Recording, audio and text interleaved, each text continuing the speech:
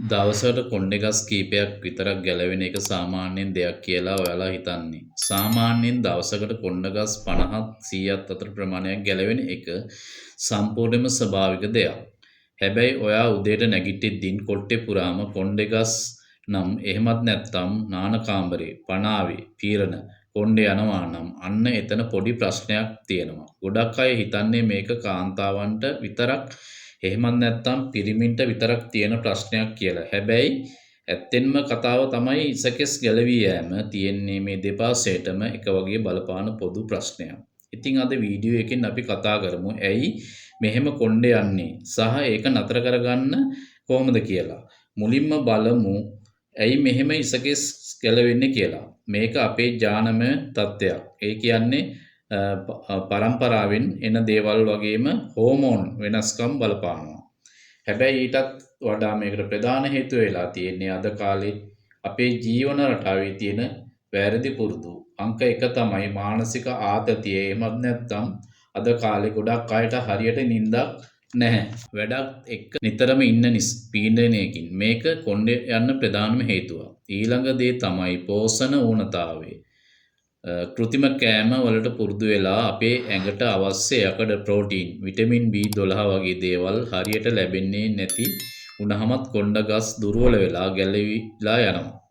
ඒ වගේම තමයි කොණ්ඩෙට කරන හානිකර දේවල්, සැර කෙමිකල් තියෙන ෂැම්පූ සහ කන්ඩිෂන් පාවිච්චි කරන එක නිතරම කොණ්ඩෙට අධික උෂ්ණත්වයක් දෙන එක.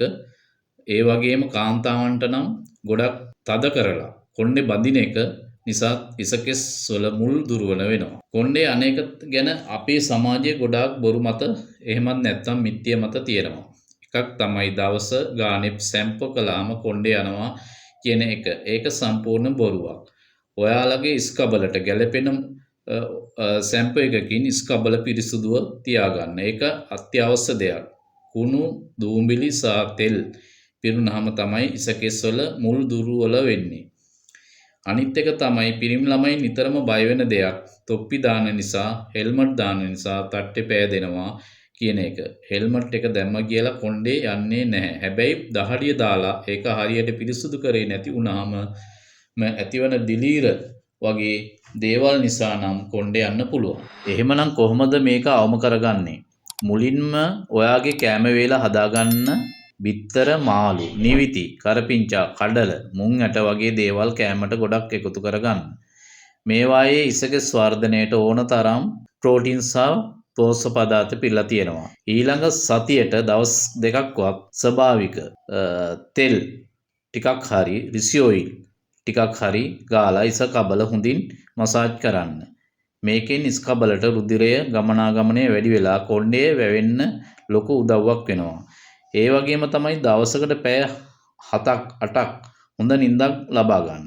ඒක සහ වතුර හොඳට බොන්න. මහන්සිය අඩු කරගන්න ඔයා ආස කරන විනෝදාංශයක නිතර වෙන්න. මතක තියාගන්න මේ ස්වභාවික දේවල් කළාම සමහර වෙලාවට වෛද්‍යවරයෙක් හමු වෙන්න වෙන අවස්ථාවක් තියෙනවා. ඔයාගේ කොණ්ඩේ සාමාන්‍ය ප්‍රමාණයට වඩා ගොඩාක් වේගෙන් තනින් තන රවුමට ගැලවෙනවා නම් ඉස්කබලේ තුල අධික කැසීමක් තියෙනවා නම් එහෙමත් නැත්නම් දරුණු විදියට ඉස්සෝරි තත්ත්වයක් තියෙනවා නම් ගෙදර ඉඳන් අත් බෙහෙත් කරන්න යන්න එපා. අනිවාර්යයෙන්ම සමේ රෝග පිළිබඳ වෛද්‍යවරයෙක් හමු වෙලා උපදෙස් ගන්න. මොකද මේ ඇඟේ ඇතුලේ තියෙන වෙනත් ලෙඩක්. උදාහරණයක් විදියට තයිරෝයිඩ් ගැටලුවක් රෝග ලක්ෂණ වෙන්න පුළුවන්.